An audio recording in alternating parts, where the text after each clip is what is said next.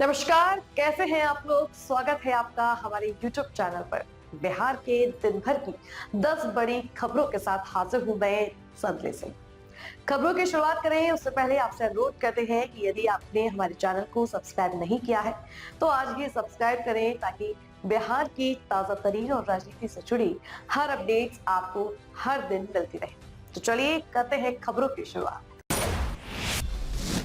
खबरों की शुरुआत आज पूर्णिया से करते हैं, जहां जिले के बनमनखी क्षेत्र अंतर्गत दरहरा पंचायत वार्ड नंबर 16 के पास नगर परिषद द्वारा बनाए गए डंपिंग यार्ड को लेकर स्थानीय लोगों में भारी नाराजगी देखी जा रही थी। आरोप है कि पूरे शहर का कचरा खुले में डंपिंग यार्ड में 24 घंटे जलाया जा रहा था, जिससे आसपास के इलाकों में जहरीला धुआं फैल रहा था।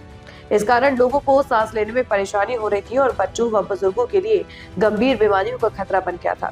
स्थानीय लोगों का कहना है कि डंपिंग यार्ड में निर्धारित पर्यावरणीय मानकों की खुलेआम धज्जियां उड़ाई जा रही थी। इस समस्या को लेकर कई बार प्रशासन को अवगत कराया गया, लेकिन लंबे समय तक कोई ठोस पहल नहीं की गई। मीडिया में खबर प्रसारित होने के बाद नगर प्रशासन ने मामले का संज्ञान लिया और डंपिंग यार्ड में चल रहे कचरे पर तत्काल रोक लगा दी है।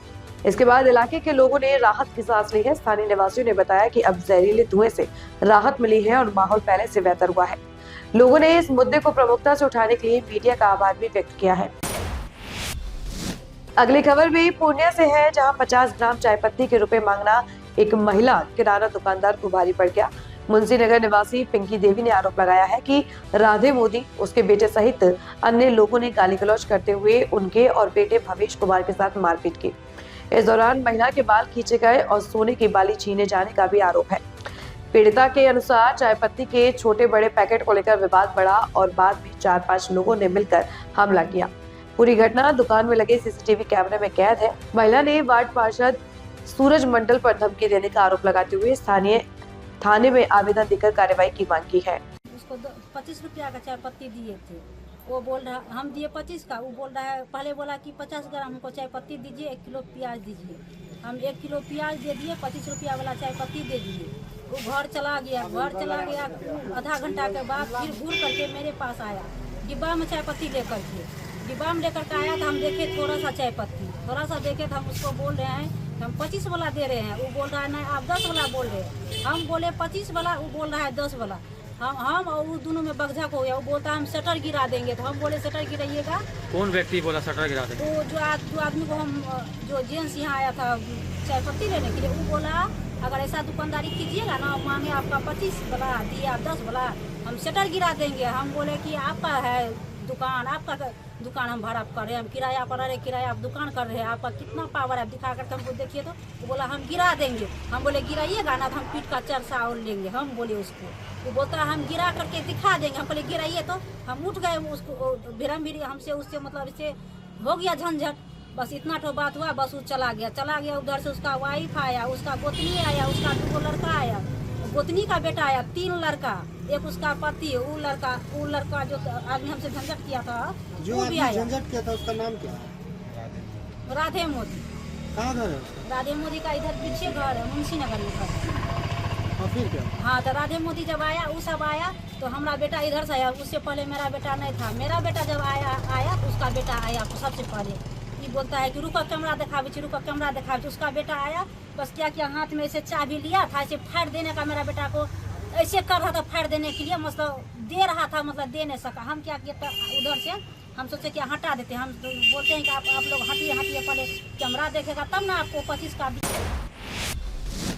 इधर सहरसा में 1 महीने तक चलने वाले प्रसिद्ध मत्स्य गंगा मेले का आयोजन किया गया है। इस बार के मेले में देश के 14 राज्यों से कारोबारी पहुंचे हैं, जिन्होंने अलग अलग तरह की दुकानें लगाई हैं। मेला में खरीदारी के साथ साथ मनोरंजन की भी भरपूर व्यवस्था की गई है। मेला संचालक कुमार अमृतराज और मोहम्मद कमरूल ने बताया कि इस बार पहली बार आकर्षण झूले लगाए गए हैं। इसके साथ ही वैष्णो देवी और अमरनाथ गुफा की झांकी, भूल भुलैया, जलपरी सहित कई दर्शनीय स्थल मेले की खास पहचान बने हुए हैं। मेले को लेकर लोगों में खासा उत्साह देखा जा रहा है।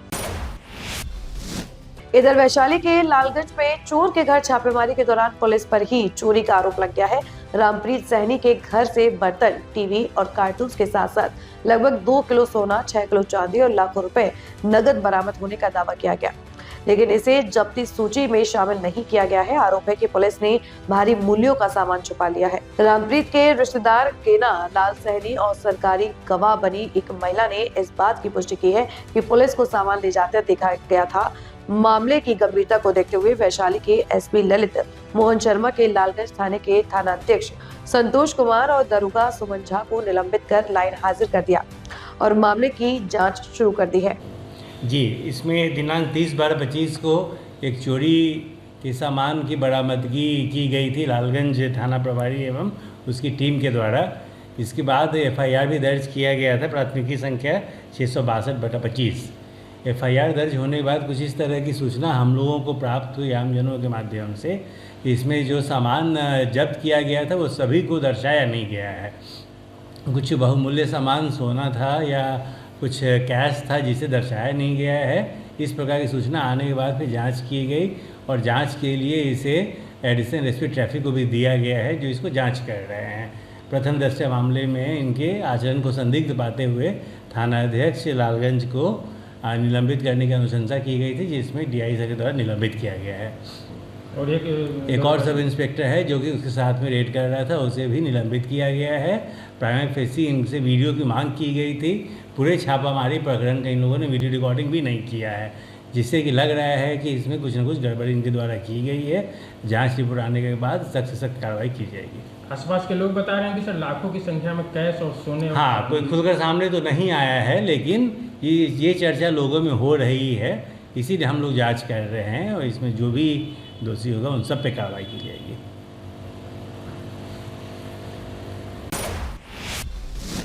खबर राजधानी पटना के बाढ़ अनुमंडल से है, जहां बाढ़ थाना क्षेत्र अंतर्गत जलगोविंद गांव में दो पक्षों के बीच मारपीट के बाद गोलीबारी की घटना सामने आई है। फायरिंग में धर्मवीर पासवान नामक 40 वर्षीय व्यक्ति गंभीर रूप से घायल हो गया, जिसे प्राथमिक इलाज के बाद पटना रेफर किया गया है। अनुमंडलीय अस्पताल के डॉक्टर ने बताया कि परिजन 3 गोली लगने की बात कह रहे हैं, लेकिन जांच में पेट में 1 गोली लगने की पुष्टि हुई है। घायल की हालत गंभीर बनी हुई है। गोलीबारी की घटना के बाद जलगोविंद इलाके में तनाव का माहौल है। वहीं बाढ़ थाना पुलिस आरोपियों की गिरफ्तारी को लेकर लगातार छापेमारी कर रही है। बाढ़ के एसपी आनंद कुमार ने जानकारी देते हुए बताया कि इस मामले में एक व्यक्ति को गिरफ्तार कर लिया गया है और अन्य आरोपियों की तलाश जारी है। कल शाम रात्रि मतलब 8 साढ़े 8 बजे के आसपास में बाढ़ थाना अंतर्गत जलगोविंद में एक गोलीबारी की घटना हमारे संज्ञान में है। ये घटना पूर्व में एक विवाद था, जिसके तहत एक एफआईआर दर्ज हुआ था 720/25 23 तारीख को। उसी में 2 पक्ष में आपसी मारपीट की घटना हुई थी। उसी में पुलिस द्वारा लगातार छापेमारी की जा रही थी अभियुक्त पक्ष के यहाँ।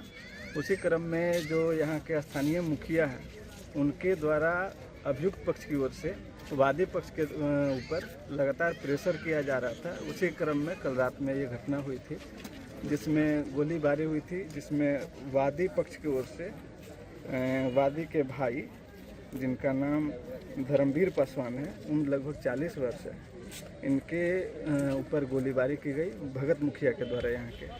और इस क्रम में उनकी प्राथमिक यहाँ इलाज कराई गई। फिर आगे जब डॉक्टर इलाज के लिए गए थे तो वहाँ डॉक्टर द्वारा निलंबित घोषित किया गया। उसके पश्चात हम लोग की तरफ से कल रात में कार्रवाई करते हुए एक अभियुक्त का गिरफ्तारी किया गया है, जिनका नाम जो 720/25 केस था, उसमें एक अभियुक्त हैं शुभम कुमार, की गिरफ्तारी हुई है। अन्य लगातार अगली खबर का रुख करें उससे पहले हमारे प्रमोशनल वीडियो को जरूर देखिए। आपसे एक छोटी सी गुजारिश है कि अगर आपने अभी तक हमारे चैनल को सब्सक्राइब नहीं किया है तो बिना देर किए आज ही सब्सक्राइब करें और पाएं बिहार की हर बड़ी खबर बस एक क्लिक पर। बिहार झारखंड की हर बड़ी खबर अब आपकी जेब में। क्या आप बिहार और झारखंड की खबरों से पीछे रह जाते हैं? इंडिया न्यूज वायरल के साथ जुड़े और पाएं सबसे तेज अपडेट्स, चाहे वो राजनीति हो, वायरल वीडियो हो या आपके शहर की ताजा घटना। सब्सक्राइब क्यों करें? सबसे तेज ब्रेकिंग न्यूज अलर्ट्स के लिए, वायरल और ट्रेंडिंग वीडियो सबसे पहले, सच्ची और सटीक रिपोर्टिंग। देर ना करें, आज ही सब्सक्राइब बटन दबाएं और अपडेटेड रहें।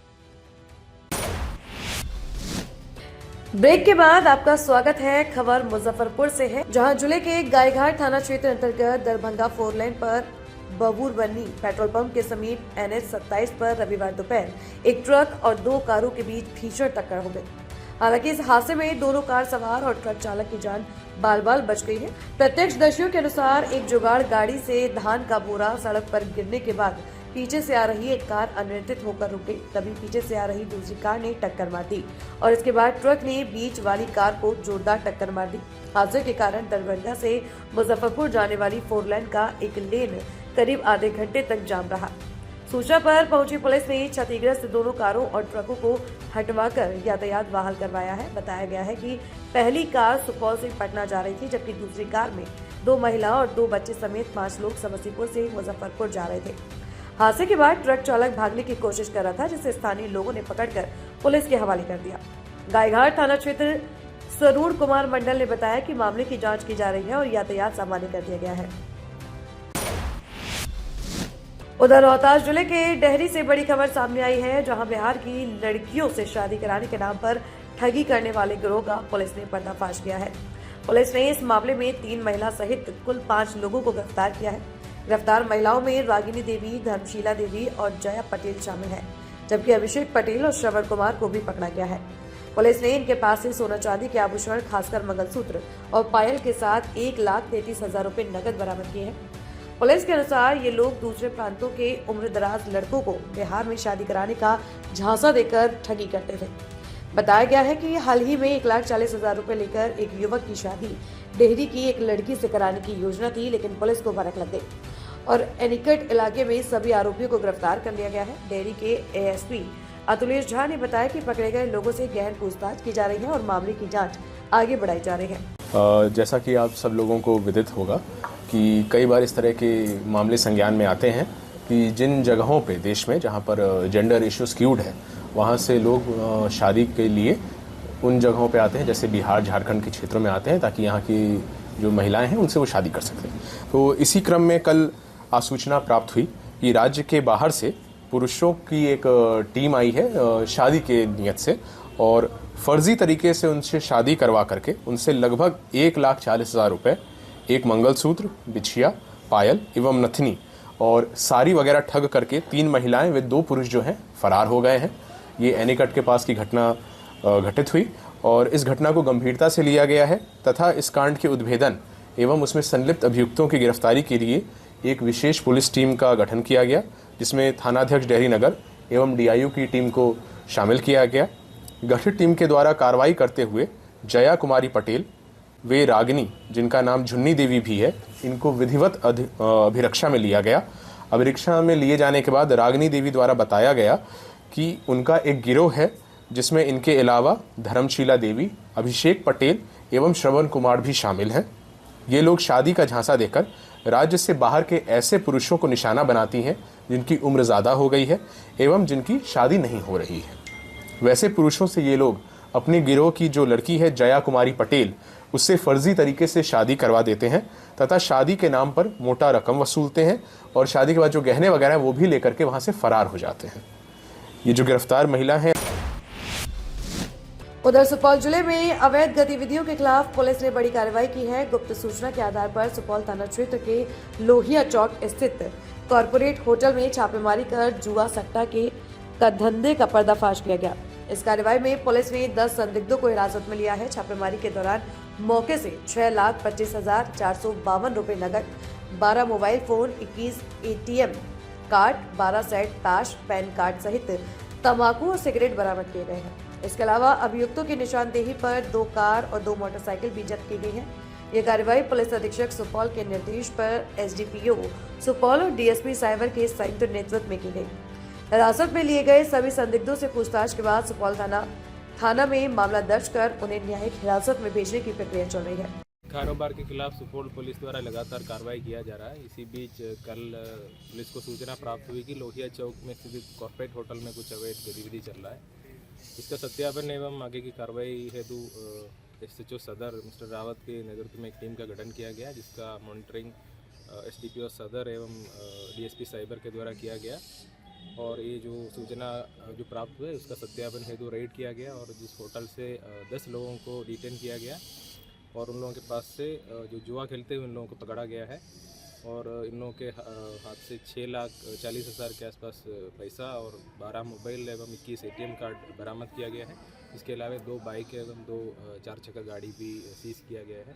इस पर पुलिस द्वारा कांड दर्ज करके आगे के अनुसंधान किया जा रहा है। इस पर पूरा ट्रांसपेरेंसी के साथ अनुसंधान किया जाएगा और इस पर जो भी और लोग इन्वॉल्व है उन लोगों का भी एविडेंस कलेक्ट करके उन लोगों का भी गिरफ्तारी किया जाएगा। Thank you sir. वो फुटेज बना ले बाबू। सिवान में जिला मुखिया संघ की ओर से शहर के टाउन हॉल में रविवार को त्रिस्तरीय पंचायत प्रतिनिधियों का महासम्मेलन आयोजित किया गया। इस महासम्मेलन में बिहार सरकार के पंचायती राज मंत्री दीपक प्रकाश और स्वास्थ्य एवं विधि मंत्री मंगल पांडे शामिल हुए। कार्यक्रम का उद्घाटन मंत्री मंगल पांडे और सीवान सांसद विजयलक्ष्मी देवी ने संयुक्त रूप से किया, जबकि अध्यक्षता जिला मुखिया संघ के जिला अध्यक्ष अजय भास्कर चौहान ने की। महासम्मेलन में जिले के सभी विधायक, जिला परिषद अध्यक्ष, प्रमुख, मुखिया, सरपंच, पंचायत समिति सदस्य, वार्ड सदस्य और पंचगढ़ बड़ी संख्या में मौजूद रहे। पंचायत प्रतिनिधियों ने पंचायतों को प्रशासनिक, वित्तीय और कार्यकारी अधिकारों से और अधिक सशक्त करने की मांग उठाई है। अपने संबोधन में मंत्री दीपक प्रकाश ने कहा कि करीब 20 वर्षों बाद सिवान में इस स्तर का त्रिस्तरीय पंचायत प्रतिनिधियों का महासम्मेलन आयोजित हुआ है, जिसका उद्देश्य पंचायती राज अधिनियम के अधिकारों को जमीनी स्तर पर प्रभावी बनाना है। वहीं मंत्री मंगल पांडे ने कहा कि ऐसे आयोजन लोकतंत्र की जड़ों को मजबूत करते हैं और पंचायत प्रतिनिधि गांवों के सबसे मजबूत आवाज होते हैं। आज दिल्ली के सरकार हो चाहे पटना के सरकार हो, स्पष्ट मान्यता बा कि बिना गांव के विकास पहले ना तो देश के विकास हो सकता ना बिहार के विकास हो सकता। मोदी जी साथ पहले कि 2047 तक मैंने आजादी के जब 100 साल पूरा हुई तो ये भारत के आत्मनिर्भर भारत बनावे, ये बिहार के आत्मनिर्भर बिहार बनावे के पहले कि बिना बिहार को आत्मनिर्भर और विकसित बनाए हुए भारत, विकसित भारत की कल्पना नहीं की जा सकती। तो वहां के जितना भी सहयोग कर सकिले सहयोग करने के तैयार बनी। मुख्यमंत्री जी भी लगातार विभिन्न विभाग के माध्यम से गांव और टोला के विकास खातिर काम में लागल बनी और 69% आबादी लगभग 70 से कम आज भी गांव में रहो और इतना बड़ा आबादी यदि स्वस्थ समृद्ध ना हो, विकसित ना हो तो बिहार कैसे विकसित? हमने के जनता जनप्रतिनिधि काहे के चुन ले? मान ली कि हमारे पर वोट लगाओ, देवेश जी के वोट लगाओ, व्यास बाबू को वोट लगाओ, सिवान में 7 विधानसभा में एक उम्मीदवार के जिता दिला, MP दोनों जिता दिला, तो यही खातिर तो जितावे ला जनता लोग के मुखिया बनाओ, BDC मेंबर बनाओ, वार्ड सदस्य बनाओ, सरपंच बनाओ, पंच बनाओ, अलग अलग जिम्मेवारी दे। यही खातिर लोग कुछ ओजी खातिर बढ़िया काम करे। तो हम जरूर आज एगो मंत्र देवे के चाहते सब लोग के। अगली खबर भी सिवान से है, जहां बिहार पंचायती राज विभाग के मंत्री दीपक प्रकाश ने दारौदा प्रखंड में निर्माणाधीन हडसर पंचायत सरकार भवन का औचक निरीक्षण किया। निरीक्षण के बाद मंत्री ने सिवान परिसदन में पंचायती राज विभाग के जिला और प्रखंड स्तरीय पदाधिकारियों के साथ समीक्षा बैठक की। समीक्षा बैठक के दौरान जिले में संचालित पंचायती राज विभाग की विभिन्न योजनाओं की प्रगति की जानकारी ली गई। प्रेस वार्ता के दौरान मंत्री दीपक प्रकाश ने कहा कि समय पर पूरा कार्य नहीं करने या गुणवत्तापूर्ण कार्य नहीं करने वाले पदाधिकारियों और एजेंसियों पर विभाग की ओर से सख्त कार्रवाई की जाएगी। वहीं जिला परिषद की जमीनों का ब्यौरा उपलब्ध नहीं कराए जाने पर उन्होंने नाराजगी जाहिर की और शीघ्र रिपोर्ट उपलब्ध कराने का निर्देश दिया। 15वीं और 6वीं वित्त आयोगों की राशि के व्यय की बात है तो सिवान का परफॉर्मेंस बिहार के एवरेज से बेहतर है। इसको और बेहतर करने के लिए टाइमलाइन के साथ पूरा करने के लिए भी निर्देश दिया गया है। उपयोगिता प्रमाण पत्र का काम समय पे पूरा हो। सिवान जिले में 1200 करोड़ के आसपास की राशि का उपयोगिता प्रमाण पत्र उपलब्ध कराया जाना है। इस काम को भी जनवरी माह के भीतर टाइमलाइन के साथ पूरा करने का निर्देश दिया गया है।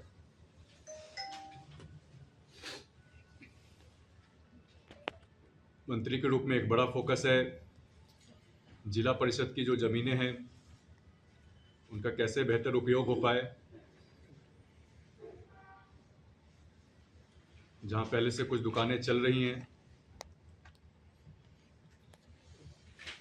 जहां कहीं भी जमीन खाली पड़ी हुई है, उनको कैसे मोनेटाइज किया जाए, कैसे डेवलप किया जाए, किस प्रकार से उनका बेहतर उपयोग हो।